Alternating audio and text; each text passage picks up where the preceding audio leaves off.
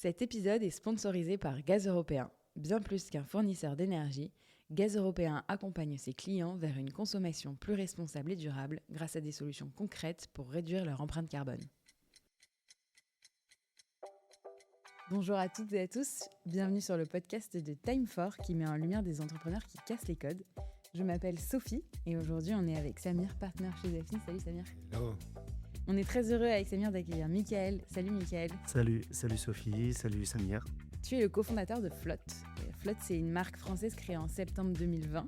Tu m'arrêtes si je me trompe. Qui est d'abord connue pour ses vêtements de pluie ultra colorés et positifs et qui, depuis peu, élargit aussi son spectre à l'univers du prêt-à-porter. Et vous avez percé notamment, je pense, aux yeux du public via l'émission Qui veut être mon associé. C'est exact. Et récemment, très récemment même, vous avez annoncé une levée de fonds de 3 millions d'euros à laquelle on est ravis de participer avec notre fonds Time4 chez Daphne. Ravis de t'avoir avec nous. Merci d'avoir accepté notre invitation. Merci de m'avoir invité. Est-ce qu'avant de parler de Flotte, tu peux te présenter, nous dire un peu d'où tu viens, ton parcours, ce qui t'a amené jusqu'ici? Je vais essayer de la faire courte. Donc, moi, je m'appelle Mickaël, j'ai 35 ans. Mes parents ont émigré en France dans les années, je dirais, 80, pendant la période Mitterrand. Ils viennent d'une région petite qui est peu connue, mais qui s'appelle Wenzhou. Ils ont beaucoup travaillé, ils ont essayé de m'offrir une belle éducation. Et j'ai eu la chance, si vous voulez, d'être né, d'avoir grandi et d'avoir eu toute mon éducation en France, pays que j'aime et dans laquelle je quitterai pour rien au monde aujourd'hui. Et ouais, j'ai une femme avec qui j'ai monté Flotte, qui s'appelle Lily Wu, avec qui on a 2 enfants également, de 6 et 4 ans. Et voilà, on a 3 histoires aujourd'hui qui sont nos enfants, notre couple, mais également Flotte. Et tu as grandi à Paris? Alors moi, j'ai grandi en banlieue parisienne, Ouais. donc à Bobigny, Ouais.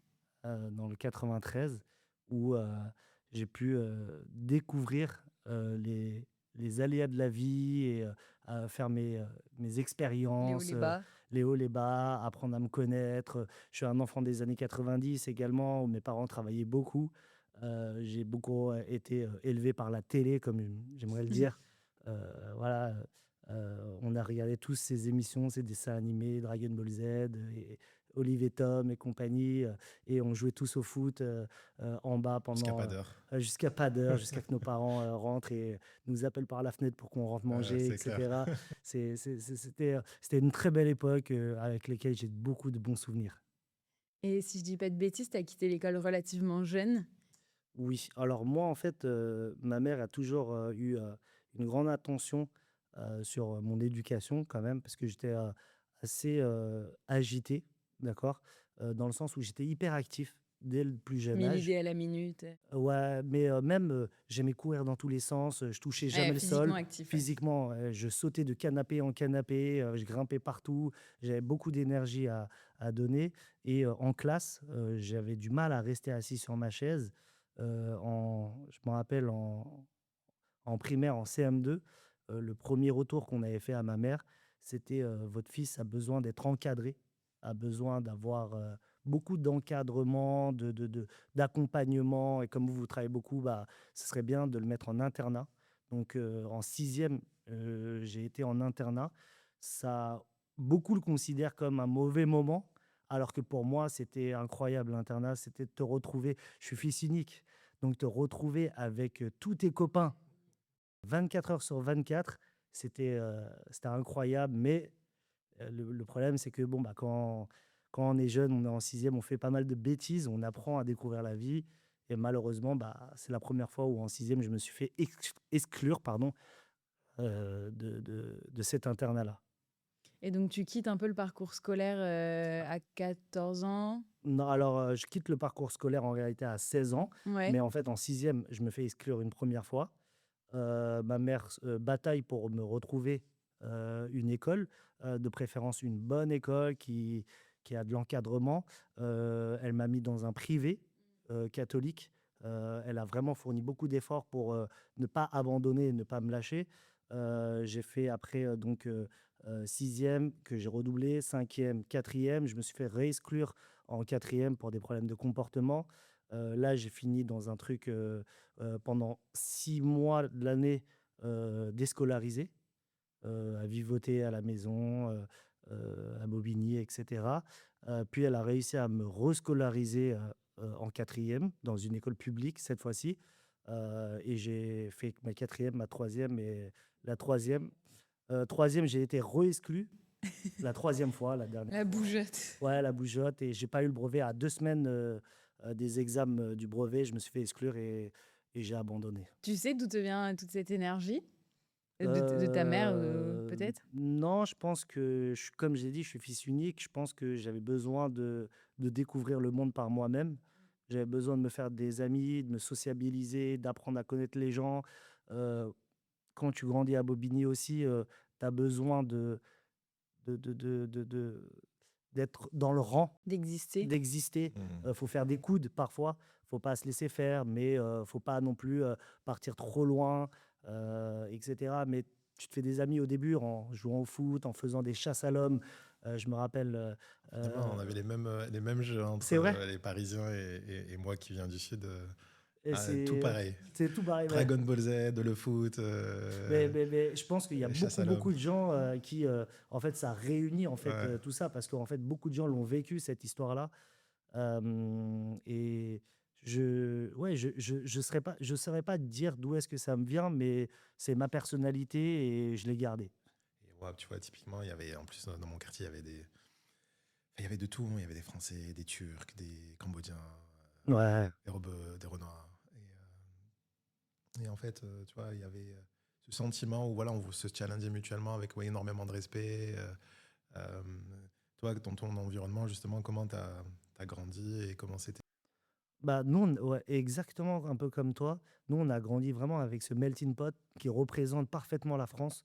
Je trouve aujourd'hui ce mélange de culture et ce qui fait un peu la force d'avoir pu être avec des Rebeux, avec des Comoriens, des Camerounais, avec des Portugais. Il y avait beaucoup de Portugais, il y avait beaucoup de Chinois, il y avait beaucoup d'Indiens, de Pakistanais, de Mauriciens également. Tu vois, tout ça. Et en fait, quand on est petit, on regarde pas forcément la couleur, la race. C'est juste, on s'entend bien, on s'amuse et en fait, on apprend également énormément de la culture de l'autre. Tu vois, moi, j'ai goûté, j'ai eu la chance de goûter à plein de plats extraordinaires de cultures différentes. Je pense que ça, c'est vraiment Tu une parcouru le monde sans bouger de chez toi, quoi. ouais, clairement. Et en plus, surtout, ce qu'on ne se rend pas compte, c'est, en tout cas moi quand j'étais jeune, c'est que à Bobigny, dans ma cité, je me rappelle, on, c'était un aire de jeu et une cour de récréation à ciel ouvert. On, on s'en fout à quelle heure on descendait en bas, on retrouvait toujours des copains. Alors que à Paris, bon, bah, c'est un peu plus dangereux, il y a des voitures, il y a tout, etc. C'est plus compliqué. Faut se donner rendez-vous pour se retrouver au parc, etc. Là, on avait juste à descendre et on retrouvait les copains. C'était incroyable. Et est-ce que tu penses que cette liberté que tu avais, c'est ça aussi qui t'a mené vers l'entrepreneuriat? Ou est-ce que tu avais des exemples peut-être d'entrepreneurs autour de toi? Qu'est-ce qui t'a amené vers cette voie-là finalement? Dans notre communauté, la communauté chinoise, on est on a beaucoup de valeurs de travail et on compte très peu sur les autres. On compte beaucoup sur soi-même et sur ce que nous-mêmes on peut créer. Et je pense que ça m'a beaucoup forgé. Et aussi, j'ai envie de dire les exemples, mais qui m'ont manqué parfois, mais qui m'ont également donné euh, de la détermination à y aller et aussi de la critique, beaucoup de critiques.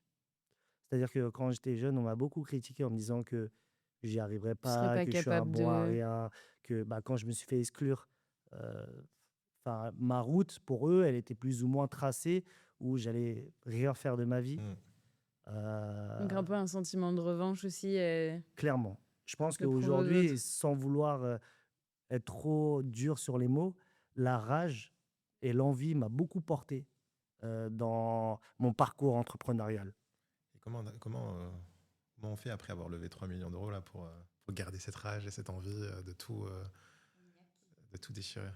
Bah, il y avait une phrase qui m'est restée dans la tête et que j'aime beaucoup me répéter, c'est que mon idole, quand j'avais 20 ans, c'était pas quelqu'un d'autre, c'était moi quand j'aurai 30 ans. Et mon idole, aujourd'hui que j'ai 35 ans, c'est je ne l'ai toujours pas atteint, c'est moi quand j'en aurai 45. Je suis un peu un éternel insatisfait, toujours regarder vers le haut, parce que tu sais, il y a un proverbe qui dit c'est en visant les étoiles qu'au pire des cas, on atterrit sur la Lune. Donc l'idée, c'est de regarder toujours un peu plus loin, un peu plus haut. Euh, et j'ai plein d'anecdotes à raconter dans le sens où cette rage qui m'a déjà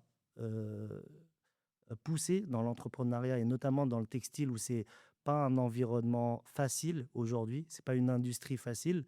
Je me rappelle quand j'ai voulu me lancer, mon oncle, qui est très proche de ma mère, euh, a, a dit à ma mère tout simplement, mon oncle il a dit à ma mère tout simplement, ouais, je pense que Michael n'a pas le profil entrepreneurial, n'a pas les compétences pour aller monter une boîte, bien la structurer, organiser, etc. C'est mieux qu'il trouve un travail simple, une sécurité facile.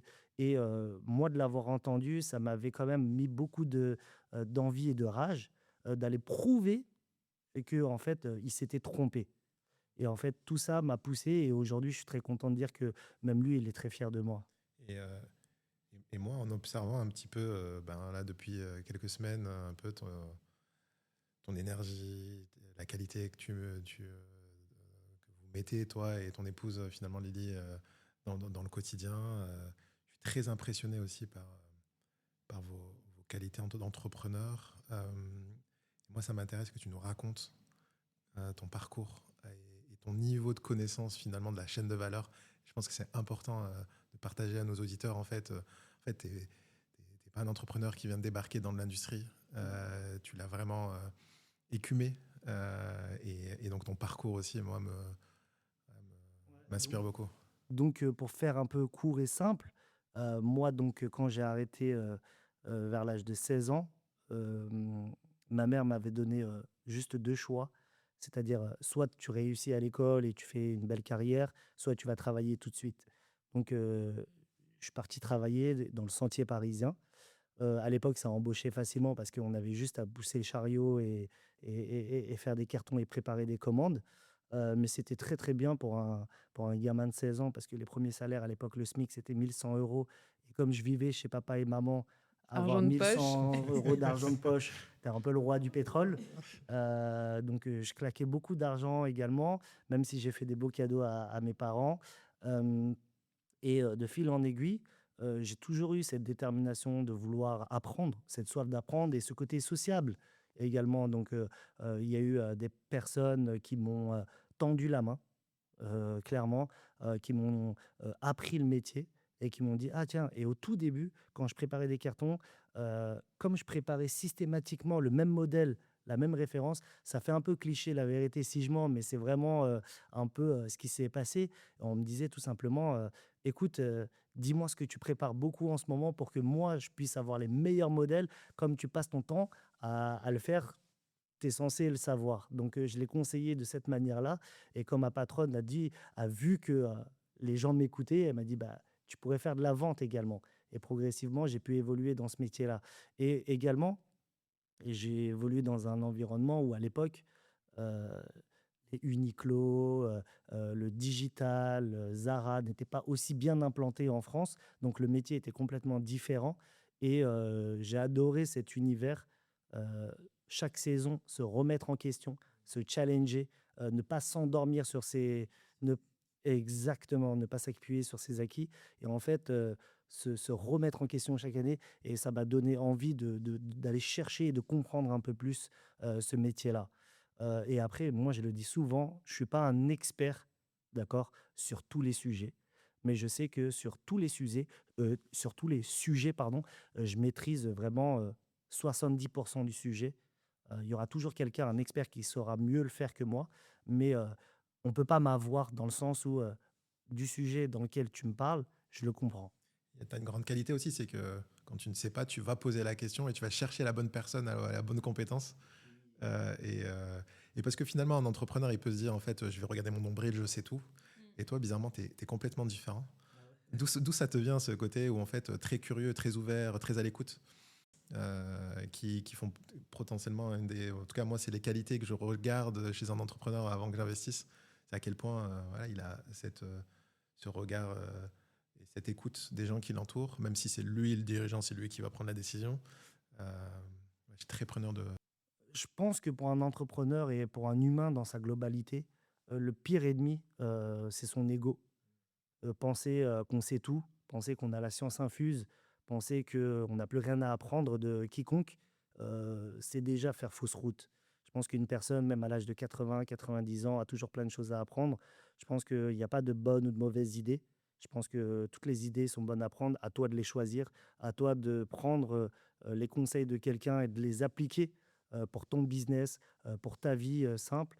Et je pense tout simplement que, en fait, faut pas avoir peur de passer parfois, aux yeux des autres, pour quelqu'un qui ne comprend pas ou, tu vois, poser les questions. Moi, je sais que, j'ai appris l'anglais, parce que, bah, je ne l'ai pas appris à l'école, je l'ai appris l'anglais en regardant des séries, j'ai parlé anglais à des gens, mais je baragouinais, je disais n'importe quoi. Les gens rigolaient de moi, mais ça m'a jamais empêché de continuer à leur parler en anglais et j'ai peaufiné ça comme ça.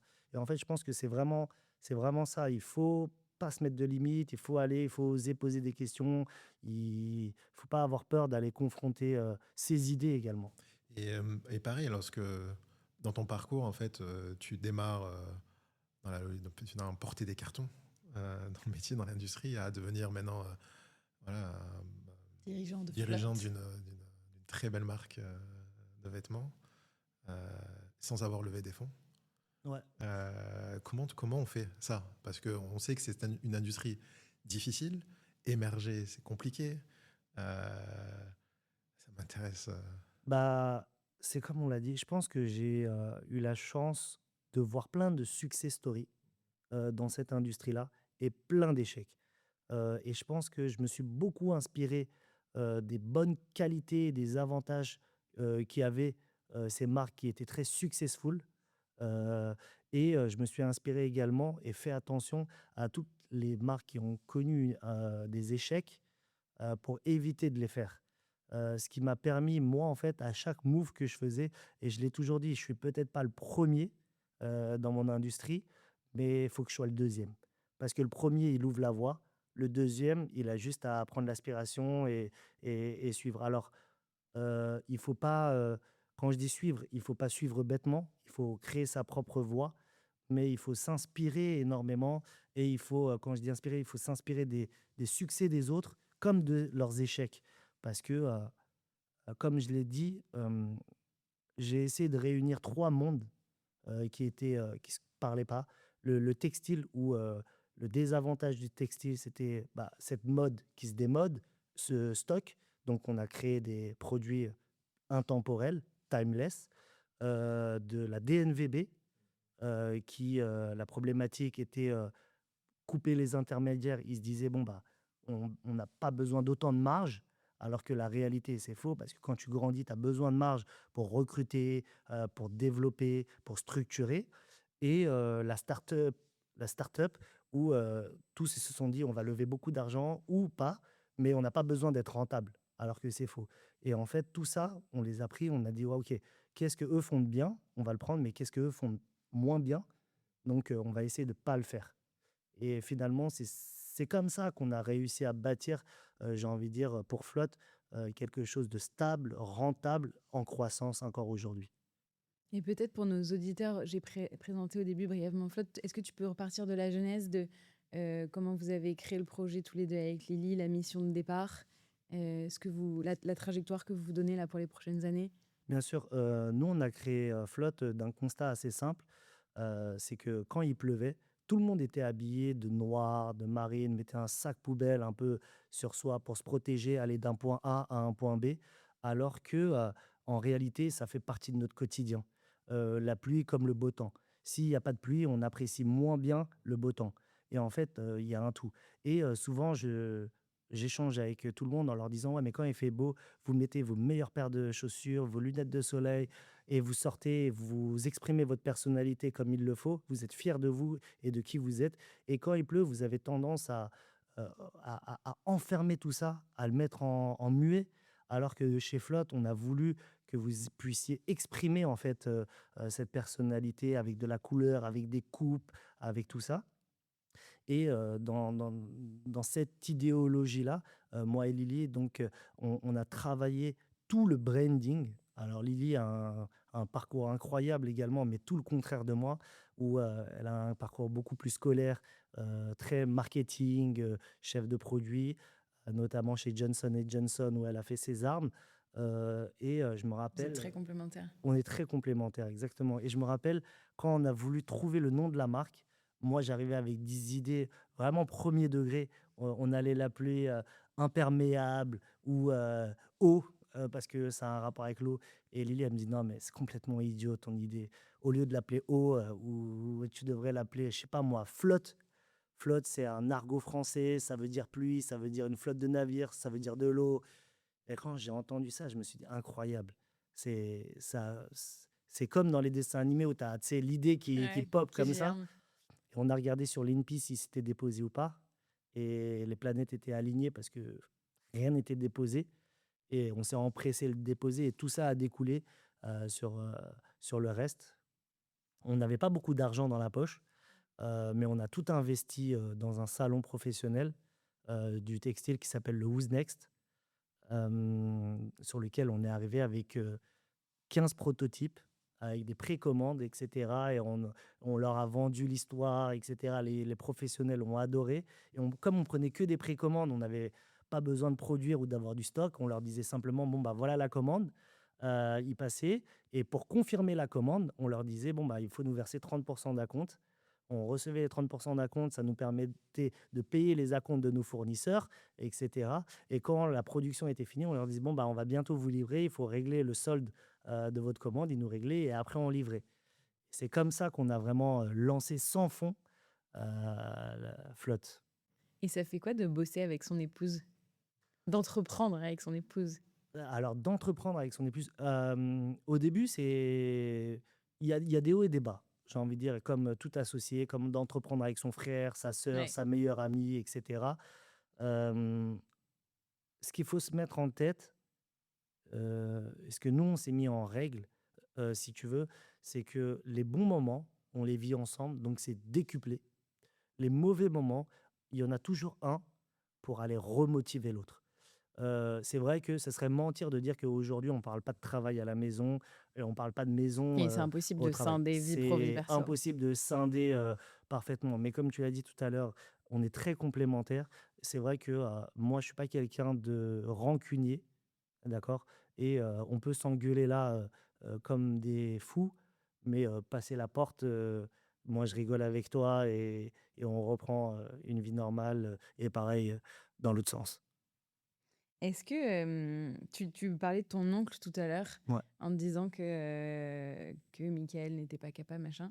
Est-ce que une fois que tu es rentré un peu dans le vrai business, que tu as arrêté de déplacer des cartons, tu as senti un décalage et tu t'es dit: «Ah bah peut-être qu'il avait raison»?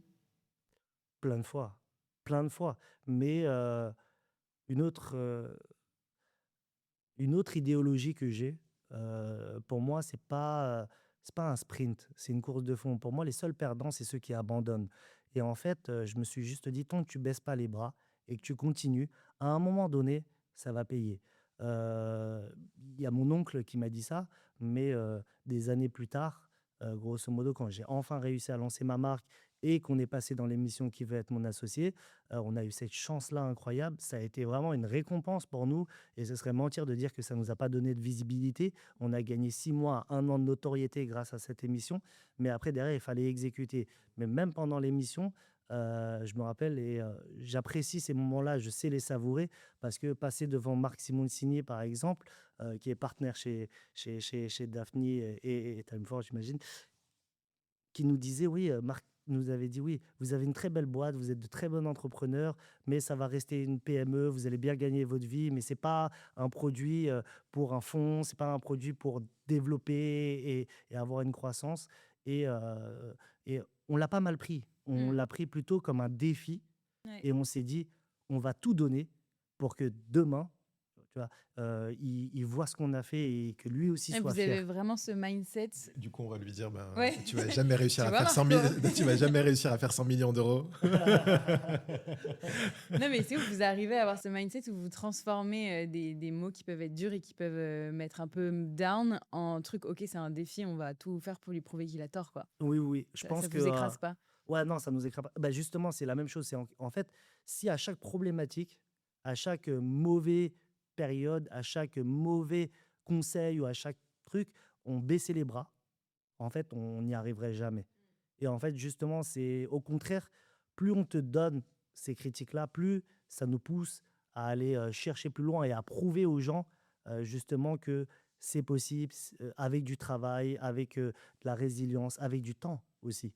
Euh, Parfois, on a voulu beaucoup accélérer plus vite qu'on ne le pouvait. Et finalement, faut laisser le temps au Faut temps laisser le également. temps de temps, ouais. Ouais. Et t'as évoqué qui veut être mon associé, comment ça s'est fait C'est très marrant parce que qui va être mon associé, c'était pendant la période du Covid. Donc nous, on avait lancé la boîte il y a à peine 6 mois, je crois, quelque chose comme ça. Et on était très commerce physique, donc avec des revendeurs multimarques indépendants, etc. Parce qu'on faisait beaucoup de B2B. Et hop, confinement, lockdown, on s'est retrouvés enfermés et je pensais que c'était la fin pour nous. Au début, c'est sympa. Tu te fais, tout le monde est en vacances, une semaine Il fait de beau. fait beau, etc. Au bout de 2 semaines, tu dis bon bah c'est bon, ils devraient réouvrir là. Au bout de 3 semaines, tu commences à t'inquiéter.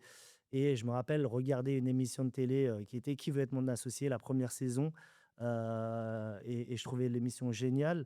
Et à la fin de cette émission, il y avait une appel à candidature que je propose à Lily, et Lily me déboute en me disant non mais laisse tomber, c'est de la télé. Ils vont jamais nous C'est mort. sélectionner, c'est mort. En plus, on est asiatique, on ne sait pas à quelle sauce on va être mangé, etc. Euh, Derrière, ça me trotte quand même dans la tête. Une semaine après, je repose la question, elle me dit laisse tomber. 2 semaines après, je repose la question, elle me dit écoute, si tu as vraiment envie de le faire, fais-le. Et si jamais ça débouche sur quelque chose, tu m'en parles et on le fait ensemble. Et grâce à elle, j'ai toujours eu ce soutien-là dans mes projets en tant que partenaire dans la vie ou dans le travail. Et ils nous ont recontactés et on s'est lancé comme ça dans cette aventure. Ça fait quoi de passer devant, ils sont quoi? Ils sont 4 investisseurs? Quand vous débarquez sur le plateau, c'est quoi un peu ou même juste avant, le sentiment que vous avez à ce moment-là? Bah, c'est beaucoup de préparation. Après, la phrase que j'avais dite à Lily, parce que vraiment, on avait beaucoup d'a priori sur comment ils allaient tourner, le montage, etc. Il y avait très peu d'Asiatiques qui passaient à la télé à cette époque-là. Et j'avais dit à Lily, tu sais quoi, on tente, on s'en fiche. Au moins, on le vit ensemble. Et quand on aura 90 ans, on aura une histoire à raconter entre nous, à rigoler et à nos enfants. Et si ça se passe bien, tant mieux. Si ça se passe mal, ce sera une aventure qu'on aura passée, toi et moi. D'accord? Donc, on s'en fiche, on y va comme on est. Et moi, je suis rentré vraiment avec zéro stress et zéro attente. On vit le truc On vit le et on voit. truc un peu YOLO, Ouais. reste comme tu es, exprime-toi comme tu es et on verra ce que ça donnera. Et au final, tu dis que ça vous a fait gagner quand même 6 mois, 1 an de notoriété. Quels sont les autres bénéfices que ça a pu avoir peut-être en termes de vente? J'imagine que vous avez eu un pic à ce moment-là. Vous étiez prêt parce que j'imagine que du coup, c'était lockdown, vous étiez beaucoup physique, mais est-ce que vous étiez prêt sur le e-commerce pour... On était prêt sur l'e-commerce parce que, merci à la production, parce qu'ils nous avaient beaucoup alarmés, parce que la première saison, il y avait beaucoup de sites qui avaient qui crash? craché, Ouais. il y avait beaucoup de stocks qui n'étaient pas prêts, etc. Et encore une fois, l'expérience de moi, de me dire, bon, bah, en fait, il faut se backuper en stock, etc. Et comme j'étais omnicanal déjà, d'avoir du digital et du B2B, faire en sorte qu'on n'avait pas peur de porter du stock, nous a réconforté dans ça. Et je me rappelle, par peur que le site crache, j'avais cherché sur LinkedIn la personne la plus haut placée de Shopify, parce que Shopify, tu n'as Pour personne, gérer.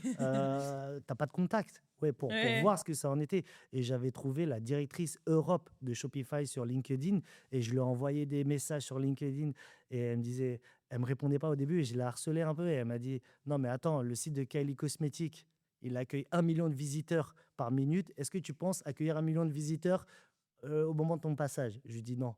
Eh ben, il va pas cracher alors. Je dis ok, j'ai compris. Mais ouais, on s'est bien préparé en amont et en effet, tu as vraiment un pic de trafic et de conversion au moment de ton passage. Mais c'est vraiment après, on va pas se mentir, hein, ça monte et ça redescend comme un soufflet. Le plus important, c'est l'exécution d'après, que le client soit livré sous 24-48 heures max. Parce que s'il a commandé, il t'a supporté, il croit en ton projet, faut pas qu'il le reçoit une semaine à un mois plus tard, même s'il a beaucoup d'empathie, etc. Il faut fournir un joli service après-vente. C'est de pouvoir travailler le CRM par la suite et également, je pense, l'humain, parce qu'aujourd'hui, Flotte, ça ne serait pas ce que c'est sans toute l'équipe qu'on a réussi à construire et à bâtir grâce à eux. Aujourd'hui, on est très content de dire que chez Flotte, on est une équipe d'une vingtaine et que tous sont aussi impliqués que moi dans cette Vous avez tous mis aventure-là. la pierre à l'édifice. Vraiment. Et c'est quoi l'ambition pour Flat? Bah, l'ambition, c'est de dépasser les 100 millions. Eh oui, Ouais. depuis que je te l'ai dit. Non, même avant. Mais, Mais tu n'y arriveras pas, je t'ai déjà dit. en fait, justement, j'aime pas trop le dire, tu sais pourquoi? Parce qu'en fait, il y a les gens qui parlent et il y a les gens qui Ouais, font. bien sûr. Nous, on préfère faire d'abord et après en parler. Et on m'a toujours dit, même là, je me spoil parce que demain ou dans 10 ans, on va me ressortir ça et on va me dire, ouais, est-ce que tu les as fait? Et si je les ai pas fait, je passerai Il sera là, pour un Samir, il guignol. ressortira l'épisode. Ouais, voilà. Mais en tout cas, on le garde secrètement dans la tête et on se lève tous les matins avec de l'ambition, mais avec également beaucoup d'amour et, et d'envie. C'est pas quelque chose où on se réveille le matin avec un poids. C'est vraiment le matin, on se réveille, on se dit, OK, nouvelle Let's journée, go. qu'est-ce qu'il y a à faire? Quel projet je peux lancer? Quels sont les nouveaux défis? C'est ultra jouissif d'avoir de nouveaux projets chaque matin. Et je veux pas casser l'ambiance, mais on parle de la télé, des paillettes et tout. Est-ce qu'il y a eu des gros moments de coup dur? Peut-être, effectivement, le lockdown, vous avez eu un petit coup de pression parce que ça a un peu tout cassé. Est-ce qu'il y a eu d'autres moments difficiles Plein, plein. et Je comment saurais pas. t'as géré, comment tu t'es reposé sur Lily aussi ou inversement? Systématiquement, il y a soit moi, soit elle, qui gardons un peu la tête hors de l'eau pour tirer Vous un avez peu toujours l'autre. réussi à... Et je touche du bois, j'espère pouvoir garder ça. Il y a eu des moments où elle était dans le down et que moi, je l'ai remotivée. Il y a des moments où moi, j'étais dans le down et elle a réussi à me remotiver. Tu sais, sur les débuts de la boîte, on va pas se mentir, on a vécu dans 30 mètres carrés. Lily, moi, avec 2 enfants, parce que c'était proche de nos bureaux et qu'on pouvait commencer à 8 heures du matin et finir à 20 heures, 21 heures et rentrer à la maison rapidement parce qu'il y avait la grand-mère qui gardait les enfants et pouvoir voir les enfants 5 minutes au coucher, etc. Mais on avait fait ce sacrifice-là que de partir un peu plus loin en banlieue, avoir un confort, mais être moins présent dans le travail. Mais ça nous a beaucoup pesé dans notre quotidien d'être, tu vois, tout le temps en clos fermé, notamment pendant le Covid, dans 30 mètres carrés, tu vois, c'est plus compliqué. On a eu des échecs où les premiers pop-up qu'on a fait, où ça nous coûtait très cher et on pensait qu'on était prêt pour le commerce physique, le retail physique. On est rentré, on payait 18 000 balles de loyer par mois alors qu'on faisait 10 ou 15 000 euros de chiffre d'affaires dans la boutique avec 2, 3 ETP. C'était un gouffre, hein, ça a failli nous mettre au tapis. Des moments où on a commandé trop de stock, tu vois, en se disant, ouais, faut qu'on y a on vise cette croissance-là, comme je disais, faut laisser le temps au temps. À un moment donné, on voulait croître trop vite. On a commandé du stock pour tripler notre chiffre d'affaires et finalement, c'était trop de stock et ça nous a que triplé, enfin défoncé notre BFR. Des périodes où, là j'y repense, où même pendant la phase de levée de fonds, où tous nous ont cassés en deux, beaucoup, parce que industrie compliquée, parce que euh, des entrepreneurs trop jeunes, parce que pas le réseau, parce que pas les codes. Parce que pas le diplôme. Parce que j'ai pas le diplôme, parce que en fait, c'est plus facile de décrocher un rendez-vous avec un tel ou un tel si on a une mise en relation. Si tu les contactes sur LinkedIn, bah, il y a personne qui te répond, d'accord? Quand on te demande un BP et que tu penses que c'est la station à essence BP et que c'est pas un business plan, bah en fait, on te rit au nez comme tu le fais. Non, Très terre à terre, j'adore. ouais, mais vraiment, tu vois, quand on me demande un pitch deck, c'est quoi? T'apprends sur le tas et tu Ouais, passes ouais, c'est pour un nouvel univers, voilà, et tu passes pour clairement. un guignol au début, mais c'est pas grave. Mm. Tu vois, tu trébuches la première fois, tu te relèves. Tu trébuches la deuxième fois, tu te relèves. Au bout de la troisième fois, quand ça arrive, tu sais sauter et passer l'obstacle. Et en fait, grosso modo, c'est comme ça. Mais tout ça, c'est des défis qu'on a eus. Et là, on en rigole, mais c'est des moments qui ont été durs. J'ai perdu à un moment donné euh, 40% de mon équipe, des key people, tu vois, où on s'est dit, waouh, ça va être C'est dur. compliqué, ouais. On va devoir, nous, en tout cas, remettre la main dedans, ou on va devoir recruter à un moment donné où tout le monde levait énormément d'argent. C'est-à-dire que tout le monde, tous les key people, c'était des rockstars où ils venaient avec des salaires incroyables, Ouais. où nous, on ne pouvait pas du tout payer. Donc, comment on allait faire, etc. Ça a été des moments où Lily et moi, on a dû vraiment se retrousser les manches et remettre les mains dedans, tout en gardant finalement l'objectif.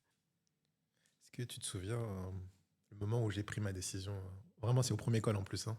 Ouais, je me rappelle. Est-ce que tu te souviens de la phrase que tu as dite ou pas, qui a fait basculer un petit peu Honnêtement, ma non. décision ou pas Non, honnêtement, pas du tout. Tu m'as dit, on n'a pas de plan B. Ah ouais. En gros, en fait, on a échangé beaucoup sur ton parcours, le parcours de Lily. On s'est beaucoup retrouvé sur beaucoup de sujets dans nos parcours mutuels. J'étais pareil, voilà, impressionné par votre capacité à délivrer avec vraiment très très peu de moyens, à faire beaucoup de sacrifices. Et la phrase que tu m'as dite, hein, c'est ça. Je me dis en fait, tu m'as dit, Samir, écoute, moi c'est simple, j'ai pas de plan B, j'ai pas le choix, c'est réussir ou réussir. Et c'est à ce moment-là où moi ça a basculé en me disant, ok, tu vois, là j'ai envie d'y aller parce qu'il y a cette qualité de détermination dont le monde a besoin, le monde de l'entrepreneuriat, où à la moindre difficulté, il y en a beaucoup qui abandonnent. Je sais que voilà, tu seras solide sur tes appuis. Lily, c'est pareil.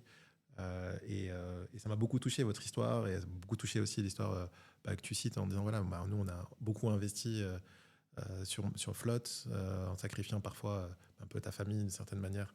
Les enfants, tu les avais pas trop vus.